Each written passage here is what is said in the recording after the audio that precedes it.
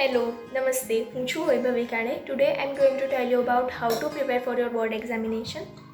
હું અહીંયા ખાસ મેથ્સ અને સાયન્સ સબ્જેક્ટ માટે તમને સ્ટ્રેટર્જી આપી રહી છું. અન્ય વિષય માટે તમે અલગ સ્ટ્રેટર્જી બનાવી શકો છો. યાદ રાખો, નાના નાના સ્ટેપમાં આપણે પ્રોપર સ્ટ્રેટર્જીથી આગળ વધવાનું રહેશે. મોટા મોટા સપના નહીં જોઈ નાખવાના. એવા સપના કે આ કરી દઈશું, એ કરી દઈશું, આટલા માર્ક લાવી દઈશું. ના, એ 2 દિવસ સુધી તમને વાંચવાની એ આપે. ધારો કે તમે વિચારો કે એક આખું ચેપ્ટર 1 દિવસના 1 કલાકમાં પૂરું કરી નાખો, તો એવું થતું હોતું નથી. તમારે નાના નાના સ્ટેપમાં આગળ વધવાનું રહેશે. હું તમને અહીંયા કેટલાક સ્ટેપ્સ આપી રહી છું, એ તમે ફોલો કરશો તો તમે પાક્કું સારા માર્ક લાવી શકશો. તો your first step is learn every day. તમારે રોજનું રોજ તૈયાર કરવાનું રહેશે. આ છે તમારો ફર્સ્ટ સ્ટેપ. તમે કોચિંગ અથવા તો સ્કૂલ બેમાંથી કોઈ પણ એક જગ્યાએ, ધારો કે કોચિંગ સિલેક્ટ કરો છો, તો કોચિંગમાં સાયન્સ અથવા મેથ્સ સબ્જેક્ટમાં, હું અહીંયા સાયન્સના એક્ઝામ્પલથી સમજાવી દઉં તમને, તમે એવું જ સેમ મેથ્સમાં પણ ફોલો કરશો. સાયન્સમાં ધારો કે કોચિંગમાં આજે તમને ફર્સ્ટ ચેપ્ટરનો કોઈક ટોપિક ચાલ્યો, તો તમારે ઘરે આવીને શું કરી નાખવાનું રહેશે? એ ટોપિકને લર્ન કરી નાખવાનું, એકદમ કડકડાટ મોડે કરી નાખવાનું રહેશે. રોજનું રોજ જ મોડે કરવાનું રાખજો, મેથ્સ અને સાયન્સ બંને વિષયમાં, તો આગળ જઈને તમને બહુ જ બેનિફિટ રહેશે. આ ફર્સ્ટ સ્ટેપ તમને ક્યાં સુધી ફોલો કરવાનો છે? ધારો કે આખું ફર્સ્ટ ચેપ્ટર પૂરું થઈ ગયું તમારું સાયન્સનું, રાઈટ? તો હવે શું કરશો? તમારો સેકન્ડ સ્ટેપ આવશે, જે છે રિવિઝન, ક્વિક રિવિઝન. તમારે એ ફર્સ્ટ ચેપ્ટરનું આખું ક્વિક રિવિઝન કરી નાખવાનું રહેશે. તમે એના માટે 1 દિવસનો સમય લઈ શકો છો. જો ચેપ્ટર ઘણું લાંબુ છે તો મેક્સ ટુ મેક્સ તમે 2 દિવસનો સમય લઈ શકો છો, એનાથી વધારે નહીં, કારણ કે તમે ઓલરેડી આખું ચેપ્ટર રોજનું રોજ મોડે કર્યું છે, એટલા માટે તમારે 2 દિવસ તો ઇનફ છે. તો તમે રિવિઝન કરો. હવે યાદ રાખજો, જ્યારે તમે રિવિઝન કરી રહ્યા છો ત્યારે રોજનું રોજ કરવાનું ભૂલતા નહીં. મીન્સ કે રિવિઝનનો ટાઈમ તમે અલગ કાઢો, પણ આજે જે કોચિંગમાં ચાલ્યું છે એ પણ મોડે કરવાનું સાથે સાથે, નહીં તો છૂટી જશે. સમય કાઢીને કંઈ પણ કરીને રિવિઝન અને લર્ન બંને કરવાનું રહેશે. હવે રિવિઝન તમારું પૂરું થઈ ગયું ફર્સ્ટ ચેપ્ટરનું, તો તમારે શું કરવાનું? જેવું રિવિઝન પૂરું થાય છે એવું જ તમારે એ ચેપ્ટરનો એક ટેસ્ટ પોતાની જાતે તૈયાર કરી નાખવાનો રહેશે. તમને ટીચર્સ આપતા જ હોય છે કે આ ઇમ્પોર્ટન્ટ છે, આ પૂછાઈ શકે, રાઈટ? તો એ બધા ક્વેશ્ચનનો તમારે એક ટેસ્ટ તૈયાર કરવાનો રહેશે, ટેસ્ટ પેપર કાઢવાનું રહેશે. ટેસ્ટ તમારે એ જ દિવસે આપવાનો નથી, 2 દિવસની વચ્ચે ગેપ રાખવાની. કેમ 2 દિવસની ગેપ રાખવાની?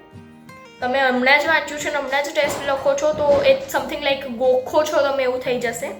પણ 2 દિવસની તમે વચ્ચે ગેપ રાખો છો, એનો અર્થ કે તમે જે 2 દિવસ પહેલાં વાંચ્યું છે એ તમને ખરેખર હમણાં સુધી યાદ છે.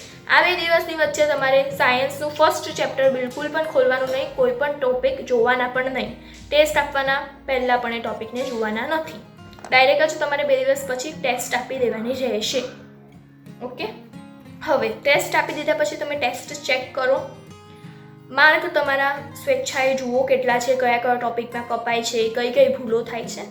Then your third step is that make one doubt notebook. તમારે એક ડાઉટ નોટબુક તૈયાર કરવાની રહેશે, જેની અંદર તમે ચેપ્ટર વાઇઝ જે ટેસ્ટ આપ્યા છે એની અંદર જે વસ્તુ ખોટી પડી છે અથવા તમને હજી પણ એ વસ્તુની ડાઉટ છે, તો એ વસ્તુને તમે પેલી નોટબુકમાં લખી નાખવાની.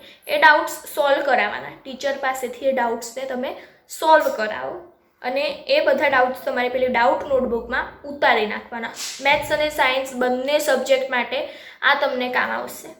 એ જે ડાઉટ નોટબુક તમે બનાવી છે એ તમારા માટે બહુ ઇમ્પોર્ટન્ટ સાબિત થશે એક્ઝામ્સ વખતે. હવે જ્યારે તમારી બોર્ડ એક્ઝામ આવશે ત્યારે તમારે ખાસ ધ્યાન, વધારે ટાઈમ એ ડાઉટ નોટબુકની અંદર આપવાનું રહેશે. બિકોઝ તમે મેથ્સ અને સાયન્સમાં બધા આ સ્ટેપ ફોલો કરશો તો બધા જ ચેપ્ટરનો ચેપ્ટર વાઇઝ ટેસ્ટ આપી દીધેલો હશે અને એ ચેપ્ટરમાંથી બધા જ તમારા જે ડાઉટ હશે એ તમારા નોટબુકની અંદર તમે લખેલા હશે, રાઈટ? તો તમે જ્યારે એક્ઝામ વખતે તમને જે વસ્તુ આવડે છે એ વસ્તુ તમારી ઓલરેડી ટેસ્ટમાં પણ સાચી પડી હતી જ. મેં એવું નથી કહેતી કે તમારે વસ્તુ વાંચવાની જ નહીં, પછી વાંચવાની, પણ એ ખાલી ઉપર છેલ્લું તમે એક રિવિઝન કરી શકો. પણ જે ડાઉટ નોટબુક છે એના માટે તમે વધારે સમય ફાળવો, કારણ કે તમને ખબર છે એ વસ્તુ ત્યારે તમારી ખોટી પડી હતી, તો હવે ફરી તમે એ વસ્તુને ખોટી પડવા દો નહીં, ભૂલ થાય નહીં. એટલા માટે ડાઉટ નોટબુકને પછી તમે વારંવાર રિવિઝનમાં લઈ શકો છો. આ સ્ટેપ ફોલો કરતાં કોઈ નહીં રોકી શકે તમને બોર્ડમાં સારા માર્ક લાવવા માટે. મેથ્સ અને સાયન્સ માટે આ ખાસ સ્ટ્રેટર્જી છે. ફર્સ્ટ સ્ટેપ જે છે એ ફર્સ્ટ સ્ટેપ કરતાં કંટાળતા નહીં. જો એ કરતાં તમે કંટાળી ગયા, લર્ન એવરી ડે, રોજનું રોજ કરતાં તમે કંટાળી ગયા તો પછી રહી જવાશે. Okay, so best of luck for your board examination. તમને કોઈ પણ ક્વેશ્ચન હોય તો તમે નીચે કોમેન્ટ સેક્શનમાં પૂછી શકો છો. અન્ય કોઈ વિષય પર તમને વિડીયો જોઈતો હોય તો પણ તમે નીચે લખી શકો છો. હું જરૂરથી એ ટૉપિક પર વિડીયો બનાવીશ.